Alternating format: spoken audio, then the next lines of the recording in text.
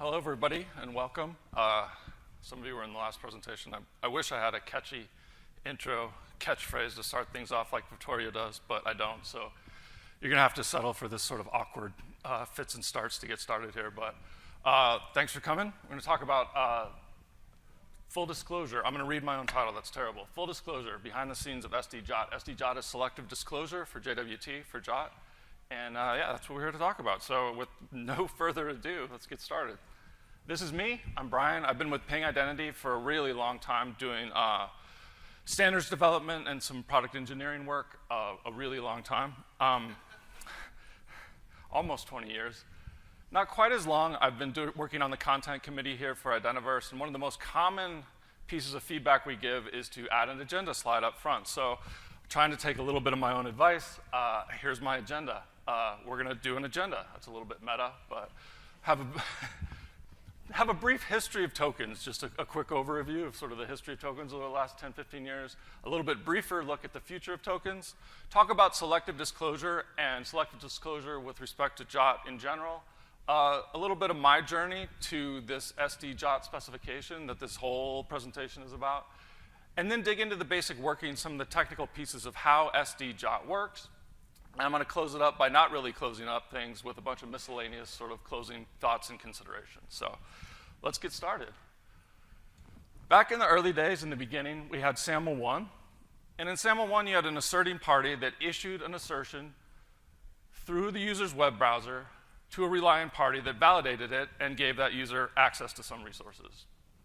WS Federation was pretty different. It had an identity provider that issued a security token through the user's browser to a relying party that validated the token and gave the user some access to some resources. SAML 2 came along and brought those two together. In SAML 2, you had an identity provider that issued an assertion through the user's browser to a service provider that validated, verified it, and gave the user access to some resources. OAuth 2, you have an authorization server, issues access tokens to a client. That client uses those tokens at a resource server. The tokens are validated by the resource server and given access to some resources.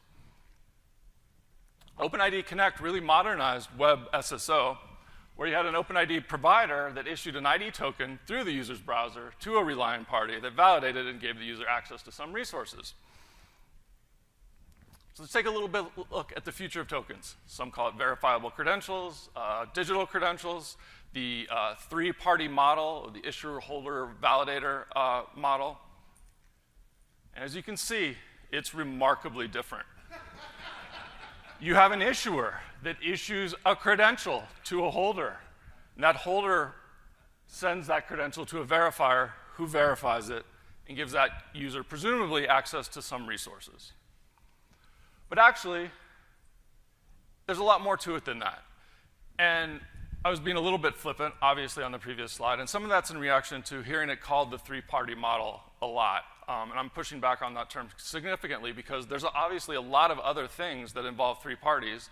And the reality of credentials, digital credentials, verifiable credentials, is that there's a lot more than three parties actually involved in the bigger picture. And in this model, you have an issuer that issues this credential to a holder and then largely gets out of the way. It doesn't know where that credential is going to be used. It doesn't really know anything about its intended purpose. It issues it, and it's much less involved in that. And contrary to WebSSO, where it knows exactly where that credential is going to be used, it's a one-time use thing. It's issued, consumed, and it's done. In this case, the issuer is sending the credential down and then stepping out of the flow entirely. The holder then is going to hold these credentials probably for much longer periods of time and use them at different, completely independent verifiers, presenting them at different times for different needs to present the credential for verification. And this changes a lot of things, and there's a lot of interest and a lot of promise and hope around this, including this idea of improved user privacy in this model, better user control, reduced data retention on the verifiers, this idea that because the bulk of the data is in the credential itself, that the verifiers won't have to retain the data themselves. They can rely on it being presented every time it's needed. There's what seem to be expectations of seamless trust establishment between all these different parties.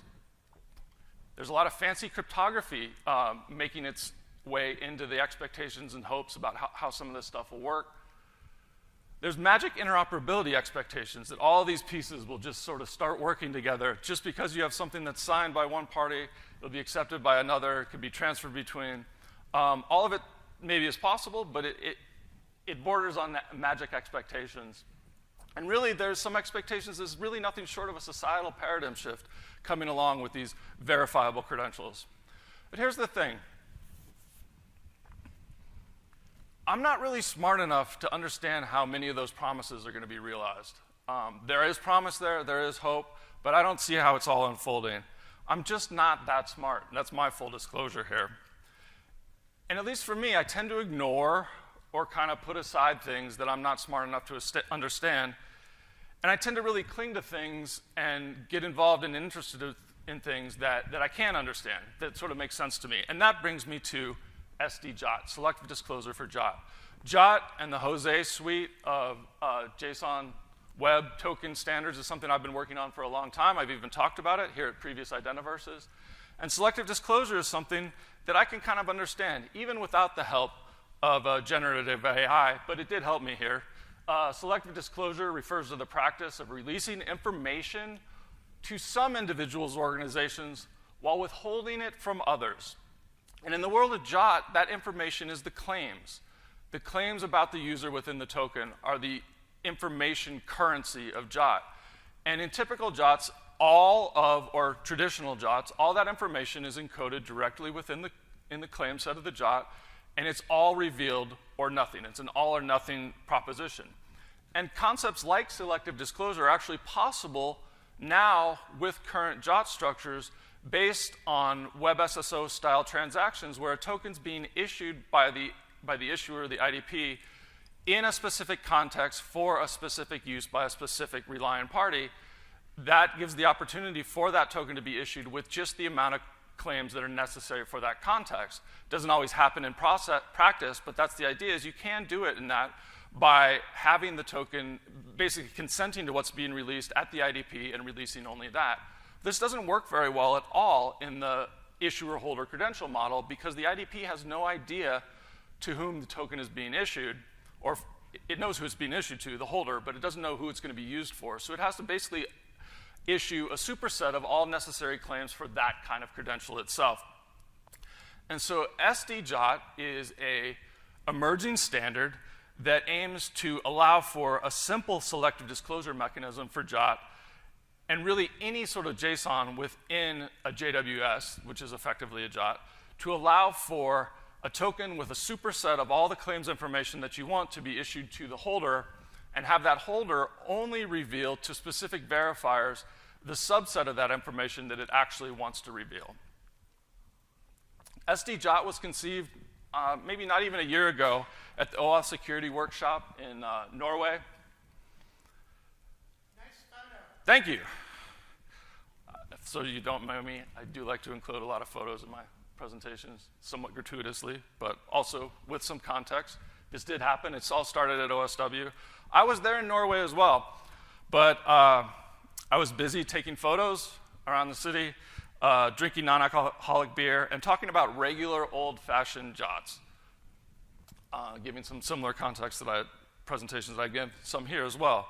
While that was happening, though, some people smarter than I were conceiving the very idea of SD-JWT behind the scenes, and I do like to think a little bit that some of that work was inspired by my talk on JSON Web Token here and some of the implementation complexity and difficulties in getting it right and subsequent security problems that came along. And the idea then that simplified protocol level things help in terms of adoption and in terms of secure implementations going forward, so you don't see the sort of issues after the fact. And even though JWT is relatively simple, it's suffered due to some of its sharp edges and complexity. So I like to tell myself that some of this original work was inspired by me, at least indirectly, but I wasn't directly involved in the beginning in Norway. However, not long after Norway, I did get involved, mostly through asynchronous communications, but it was largely that summer, and I have fond memories of being on phone calls and Slack meetings during my kids' swim meet here. And I did get involved, I did contribute. I complained a lot, I think might be the real case of how my contributions went, complaining about certain aspects of things, trying to push things in different directions, but also obviously was invested and interested in helping work move forward. SD-JWT debuted for real in standards organizations at the IETF meeting in Philadelphia. I was there as well, contributing by complaining, of course, but also supporting the effort in general. And it was adopted by the OAuth working group shortly thereafter. That is Rocky. That was Philadelphia. He's celebrating it. It's a bit of a strange place for this work to land, although it builds on the history of JWT originally being developed in the OAuth working group as well. And so it's somewhat of a natural follow-on to develop the SD-JWT work within the same working group as well. The following IETF meeting was in London. Some major things happened after the adoption, and the biggest part being that the refined format of what we'll look at a little bit later of the actual disclosures, the way that the data is disclosed selectively, was refined, massively simplified, and I think this general security was improved, and the processing model around that was improved as well. And eventually, with enough complaints and some contributions, particularly around that particular adjustment to the format and processing rules, I weaseled my way into being a co-author of the document with some folks you may know, Daniel and Christina, which was nice. Exciting piece of work to be involved with, something that I felt like I contribute and help move forward. But sometimes you have to be careful what you wish for. And if I look upset in this picture, it's because it's 4 a.m., and I probably am upset. Sometimes international calls to synchronize and work on things don't occur at the best time. But I was there. I was involved working with these two, moving it forward. And so with that little history story behind us, I want to get into some of the actual workings of how SD-JWT works. We're going to look at some bits and bytes and some transitional, or some encoding stuff here. Here's another gratuitous photograph. This was from that very IETF meeting in London. So let's start with a JWT. This is a JWT. It has its 3 parts. This is assigned 1, the header, the payload, and the signature. It becomes an SD-JWT effectively by the inclusion of these things appended to the end of it, which are a series of tilde-separated base64 encoded pieces that are what we call the disclosures. We'll look into the details of this a little bit further in a minute. Inside of that SD-JWT, you see the decoded header, just a normal JWT header there, and a series of claims as well as the signature. And the claims have it, normal ones you might expect, the issuer, the issued at, an expiration time. And then there's this special underscore SD claim, which is an array of digest values or hash values. And these hash values map to and ensure the integrity of individually each one of these disclosures. So that group of tilde-separated pieces at the end were a series of these disclosure objects. Each one of those hash values is calculated over that encoded string. And so it's a pointer from inside and underneath the signature to some data outside of the payload itself, but it ensures the integrity of it, so it can't be modified. You can't modify the hash value underneath the signature because the signature would break. If you modify the value of the disclosure itself, the hash won't point to it, and you know it's not a valid one. Decoding each one of these disclosures, then, are the actual data of the claims. Here we have the claim name and the claim value, which are the claim name and value, the actual values that are being selectively disclosed, in an array, a JSON array, underneath each one of these disclosures. There's also a salt value, a random, pseudo-random string at the beginning of each of these. And what this does is prevents the ability to effectively reverse the hash by brute forcing the space. Claim names and values have a relatively small sort of search space. So similar to you might trying to break a password by enumerating over all the password options, you might potentially, knowing only the hash value, try to enumerate all potential claim name and value pairs to figure out, reverse the actual value. So by inclusion of a hash within the disclosure here, you basically make it computationally infeasible to mount that kind of attack on the privacy mechanism of the disclosure. So you cannot get to a disclosure value without actually being released to disclosure itself. So in this case, we have this array. It points to these 5 or 6, I can't even count, 5 different disclosure values. Each one of those is an individual claim. We have the phone number, family name, email, given name, and birth date. These are all options that can be individually selectively disclosed by the holder. This is what the holder has, but he can choose one or more of these to actually release to any particular verifier. And how that would look is, in this case, this holder is only going to send the birth date, so it drops all the other ones and pulls the one disclosure that is the birth date, takes the original JWT unmodified, and appends that one disclosure to the end. And this is what it sends to the verifier, which protects the integrity of all the claim content and the claim value, but only releases that birthday claim by inclusion of it outside the JWT. But that birthday claim cannot be modified because there's a hash of it inside underneath a signature. So it's a way to adjust, take out, basically selectively disclose or selectively redact particular values before sending it along to the verifier. On the consumer side, the verifier would strip off that disclosure or any disclosures that are there, validate the JWT as it normally would, check the signature on it, and other claim validation, audience, and so forth, if there was any. Actually, expiration would be more appropriate. Go through the content of the claims itself. For each particular hash in that SD element, look for a corresponding disclosure value. It doesn't find anything for the first 4. Those are the claims that had been redacted or not disclosed in this case, so it just ignores this. It finds the last one because the hash matches the hash over that disclosure value. It can then take and virtually or effectively substitute that value, the birth date value, in place of the digest array that's there.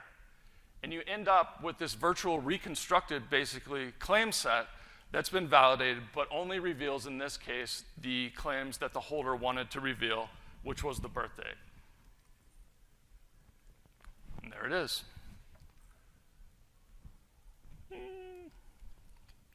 A few other notes. All the examples that I showed there, the claim value was a basic string type, which is very common.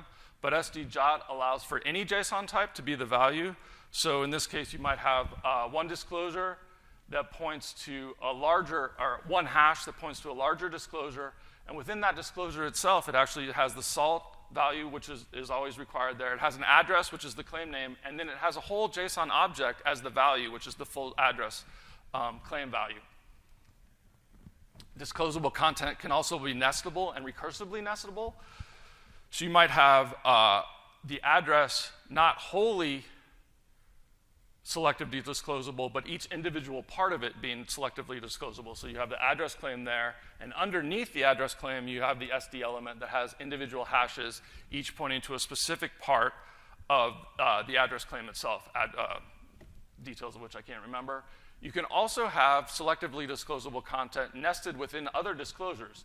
So in this example, you have the array element pointing to the hash in the array element pointing to a disclosure that itself, when expanded, has selective disclosure hashes within it, each of them individually pointing to other disclosures. So it's a recursive processing function. You can have nested disclosures within others. I'm going to go to one more gratuitous transition slide here. This was from the IETF meeting in Philadelphia where Rocky made his appearance. I do want to note one thing. In traditional models of WebSSO or other sort of the old-fashioned token models, when the token's issued, the issuer knows to whom it's being issued and sends that with an audience. The token is specifically audience restricted to prevent one receiver, one relying party, from using that token against, as though it was the owner of that token, against another relying party. In the issuer-holder verifier model, the IDP, or the issuer, has no context, no understanding of where the token will be used. So there needs to be some protections put in place to disallow this kind of verifier-to-verifier replay. And the typical way of doing that is some kind of holder binding, which is binding the credential itself to a key controlled by the holder or the client, and requiring proof of possession of that key on presentation of the credential itself. An SD-JWT allows for this, or has a framework for doing this, by including an additional option and element on presentation of the SD-JWT, which is tacking on one more JWT using that tilde-separated functionality to add a holder binding. This name may change, actually. We were talking about it yesterday. But the idea is this key binding, holder binding JWT on the end of the whole structure. So the front is the selective disclosure piece that we talked about, followed by the actual individual disclosures that were selected to be released, and a holder binding JWT on the end that's signed with the key that the holder or the client actually holds, that proves sort of rightful ownership to present this and prevents this kind of verifier to verifier play there. It typically will have in it some sort of nonce that binds this presentation to the transaction at hand, an audience for the verifier that it's intended to be presented to, because the holder knows that in that case, and probably some kind of time information for freshness. So a few other considerations, things to think about sort of moving away from this. There is one thing, and this is something we're aware of, but it was a decision choice aimed towards simplicity, that there is inherent linkability by colluding verifiers. Because the JWT itself is a single sign structure, it's the same content for each verifier to whom you present it to. So there is an opportunity then to use that as linkage information across verifiers if they're colluding. The thing is, solving for that turns out to be very difficult, so we're trying to build a mechanism that can be used today within the limitations of this, and this is basically being one accepted limitation. There are opportunities in this and pretty much any other selective disclosure mechanism for sort of implicit linkability or leakage of information. If you're not very careful about what information you're revealing or redacting, there's certainly the possibility that you can unintendedly disclose things that weren't meant to be. For instance, if a particular issuer is, say, a particular health clinic, you've already revealed the fact that there's some kind of health data involved that maybe you've tried to redact and isn't disclosed, but by very fact of that being the issuer, you've revealed some context around that. And it's a problem that's sort of inherent in any of these sort of schemes. There's no currently defined, or it's out of scope to do any sort of revocation checking that is privacy preserving back to the original issuer. Something that's probably going to be worked on, but it's not being done at this particular level of the specification. SD-JWT is just a draft right now, so it's subject to all the world of standards development and change and potential lack of adoption or adoption. It is an adopted draft by the OAuth working group, which means it's progressing through the life cycle towards actually becoming an RFC, but right now it is a draft, and a relatively early stage draft at that. And it's in a very crowded marketplace. If you think about standard, you don't often think about standards as a market, but there's a lot of different competing ideas for what will be the actual token format for verifiable credentials going forward. And there's a lot of different ideas, different competing ideas about what that will be. But its motto is that simplicity is a feature. And the hope and the expectation is, anyway, that relative simplicity using these already well understood existing and widely deployed mechanisms like JWS and JWT, cryptography that's available on platforms today, available as well within hardware modules that can be implemented within hardware, that these simple and widely available technologies will help